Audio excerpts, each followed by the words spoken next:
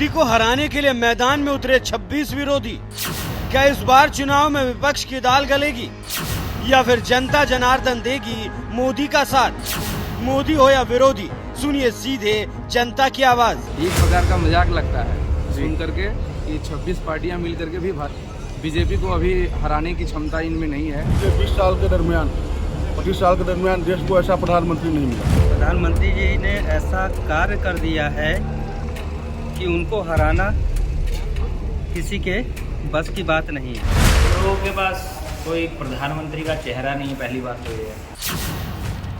और ये पार्टियां जितनी भी है सब अपना अपना जोर लगा ले मगर मोदी जी को नहीं हरा पाएगी। एक कहावत है ना, शेर अकेला आता है और गिदड़ झुंड में आता है। जब झुंड में गिदड़ आएगा तो शेर है।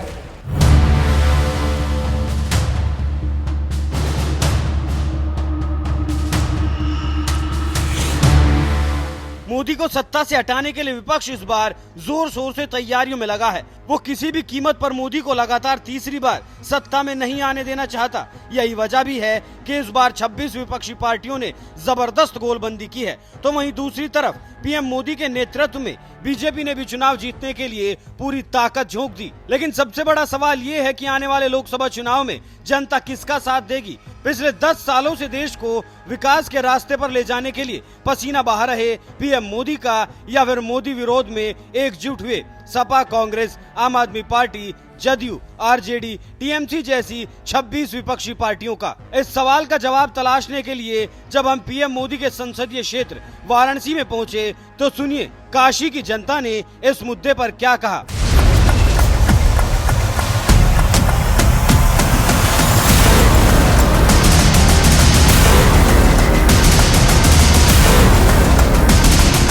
क्या 2024 चुनाव में प्रधानमंत्री को इतनी सारी पार्टियां मिलकर हरा पाएंगी? देखिए, एक कहावत है ना, शेर अकेला आता है और गिदड़ झुंड में आता है। जब झुंड में गिदड़ आएगा तो शेर है।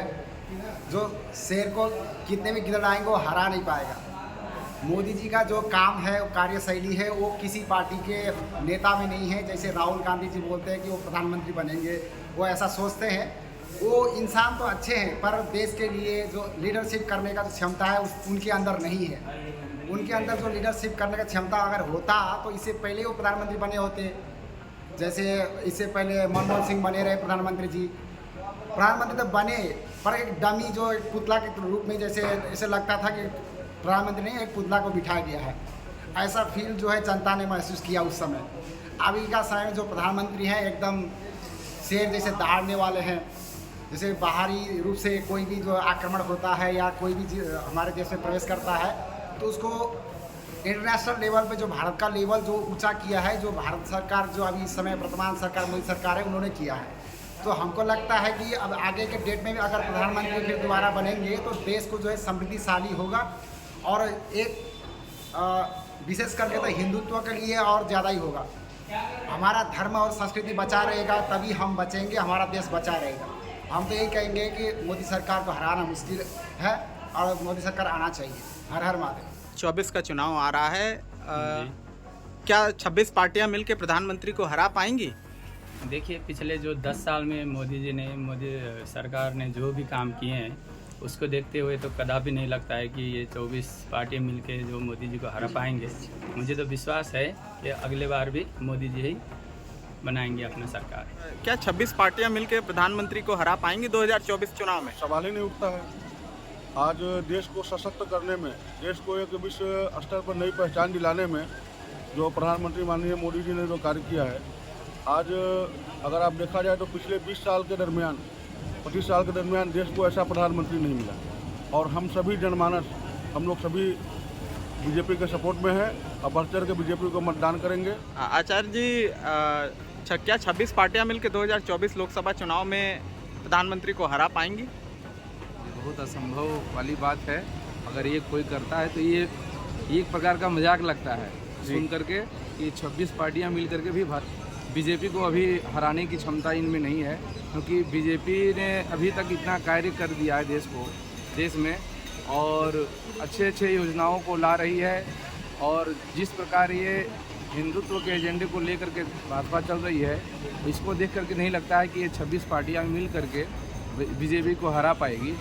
और विपक्ष के पास वैसा कोई नेता भी नहीं है अभी जो मोदी जी के तरह कर्मठ हो।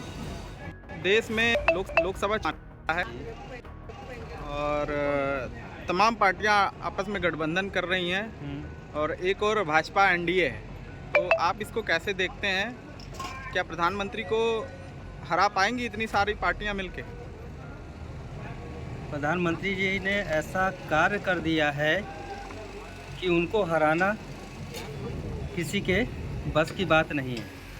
कितनों भी आप जुड़ जाइए, कितनों भी, ये जितनी भी पार्टियां आपस में मिली हुई हैं, ये केवल देश को बेचने के लिए मिली है। विगत वर्षों 50 वर्षों में हमने देख लिया कि क्या इन्होंने किया, देश के हित में नहीं अहित में ही काम किया। इस वजह से ये कभी भी अब वापस हो ही नहीं सकते। अब जब भी है तो भारतीय जनता पार्टी ही आएगी, इसके अलावा कोई पार्टी नहीं आएगी। जी, मैं एक बनारस वासी हूँ और बनारस में विकास हमने देखा। इसके पहले भी ये सांस्कृतिक राजधानी है, लेकिन यहाँ पर ऐसा विकास नहीं था, ऐसा किसी ने सोचा नहीं था। क्या काशी विश्वनाथ धाम इतने बाबा परेशान थे, यात्रियों को इतनी परेशानी होती थी, लेकिन आज सुगम से दर्शन कर रहे हैं। आप कश्मीर देख लीजिए, कश्मीर की ऐसी स्थिति थी, किसी ने सोचा था क्या? प्रधानमंत्री ने ऐसा निर्णय लिया, आज वहाँ की जनता खुश है और वो कह रही है कि नहीं, हमें चाहिए मोदी। और यहाँ छोड़ दीजिए, भारत को तो छोड़ दीजिए, पूरी दुनिया भी मोदी जी को मान रही है और मोदी जी को ही मांग रही है कि नहीं, हमारे देश में यदि मोदी होते सब कुछ अच्छा होता। क्या 2024 में प्रधानमंत्री को इतनी सारी पार्टियां मिलके हरा पाएंगी? देखिए, इतनी सारी पार्टियों का नाम वो नहीं है कि इतनी सारी पार्टियां मिलके हरा पाएगी। उन लोगों के पास कोई प्रधानमंत्री का चेहरा नहीं है, पहली बात तो ये है। और ये पार्टियां जितनी भी है सब अपना अपना जोर लगा ले, मगर मोदी जी को नहीं हरा पाएंगे, क्योंकि जो मोदी जी ने कुछ अच्छे काम भी किए हैं। ऐसी बात नहीं है कि मोदी जी स्वच्छ है, पूरी पार्टी उनकी स्वच्छ है, ऐसा नहीं है। कुछ अच्छे काम भी किए, कुछ गलत काम भी हुए, ऐसी बात नहीं है। मगर ये कि मोदी जी को हराना 24 में तो मुमकिन नहीं है, और बाकी आगे का पता नहीं। क्या पसंद है प्रधानमंत्री में ऐसा? मोदी जी का देखिए, जो उनका वक्तव्य है और जो उनका काम करने का तरीका है वो काफ़ी अच्छा है, क्योंकि वो अपने देश को आगे बढ़ा रहे हैं, अपने देश का नाम आगे बढ़ा रहे हैं। राहुल गांधी में वो बात नहीं नज़र आती? राहुल गांधी जी में भी है, मगर वो कुछ ऐसा काम कर देते हैं कि उनका जो पूरा अच्छा काम है वो भी सब समाप्त हो जाता है। तो इसलिए वो राहुल गांधी जी में बात है, देखिए वो ऐसा है कि इस समय 14 यूनिवर्सिटी में लेक्चर देते हैं राहुल गांधी जी। तो ऐसा नहीं कि राहुल गांधी जी कोई कम आदमी है, वो भी अच्छे आदमी, मगर वो कुछ ऐसा काम कर देते हैं कि वो सब कुछ चौपट हो जाता है उनका।